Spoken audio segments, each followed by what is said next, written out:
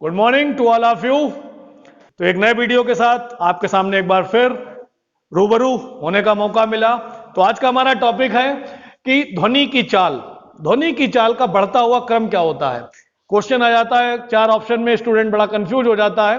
तो उस कंफ्यूजन को दूर करने के लिए एक छोटी सी ट्रिक आपके सामने लेकर आए हैं, जरा ध्यान से उसको देखिएगा। सिंपल सा एक फंडा है, वह जल पका लो। 3 बार बोलिए, वह जल पका लो, वह जल पका लो। तो इस शब्द को आप जब 2-3 बार बोलेंगे आपको याद हो जाएगा, वह जल पका लो। तो मीन्स क्या हुआ, वाह यानी क्या, वायु, हा मतलब हाइड्रोजन, जल, पा मतलब पारा, का मीन्स कांच, और लो मतलब लोहा या इस्पात। यानी ध्वनि की चाल सबसे कम किसमें होती है, गैसों में यानी वायु में। उससे ज्यादा हाइड्रोजन, उससे ज्यादा जल, उससे ज्यादा पारा, उससे ज्यादा कांच, और सबसे ज्यादा ठोसों में यानी क्या, लोहा यानी इस्पात में होती है। तो वहां पर ऑप्शन को आप देखकर आराम से चेक कर सकते हैं।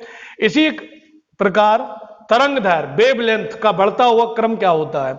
तो बहुत से लोग वेव्स में कंफ्यूज हो जाते हैं, तरंगों में कंफ्यूज हो जाते हैं कि किसकी तरंग दैर्घ्य सबसे ज्यादा होती है, किसकी कम। तो उसके लिए एक सिंपल सी ट्रिक है, गाय पर अब रेडियो, गाय पर अब रेडियो। तो गा यानी गामा किरणें, ए यानी एक्स किरणें, पा मतलब परावैगनी किरणें, अब मतलब अवरक्त किरणें, और रेडियो यानी सबसे कम तरंग दैर्घ्य किसकी होती है, गामा किरणों की। लेकिन भेदन क्षमता सबसे ज्यादा किसकी होती है, गामा किरणों की। सबसे ज्यादा तरंग दैर्घ्य किनकी होती है, रेडियो तरंगों की।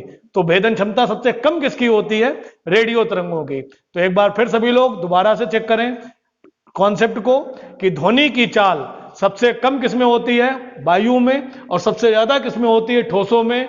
तो वहां पर विकल्प आप देख लीजिएगा, कोई जरूरी नहीं कि वहां पर लोहा ही लिखा हो, कोई भी ठोस पदार्थ अगर लिखा हो तो सबसे ज्यादा ध्वनि की चाल उस ठोस पदार्थ में ही होती है। कोड वर्ड आपको इसका ट्रिक बताया था, वह जल पका लो। उसी तरीके से तरंग दैर्घ्य सबसे कम किसकी होती है, गामा किरणों की, और सबसे ज्यादा किसकी होती है, रेडियो तरंगों की। याद रखिएगा, इसका गुरु मंत्र आपको बता दें, जिसकी तरंग दैर्घ्य सबसे ज्यादा होती है उसकी भेदन क्षमता उतनी ही कम होती है, और जिसकी तरंग दैर्घ्य सबसे कम होती है उसकी भेदन क्षमता उतनी ही ज्यादा होती है। तो थैंक यू। इस टॉपिक के बाद एक नए वीडियो के साथ आपके सामने फिर प्रस्तुत होंगे। तब तक हमारे साथ बने रहिए और इन वीडियो को ज्यादा ज्यादा लोगों तक शेयर कीजिए। जो छुट्टियां चल रही हैं उसका पूरी तरीके से फायदा उठाइए।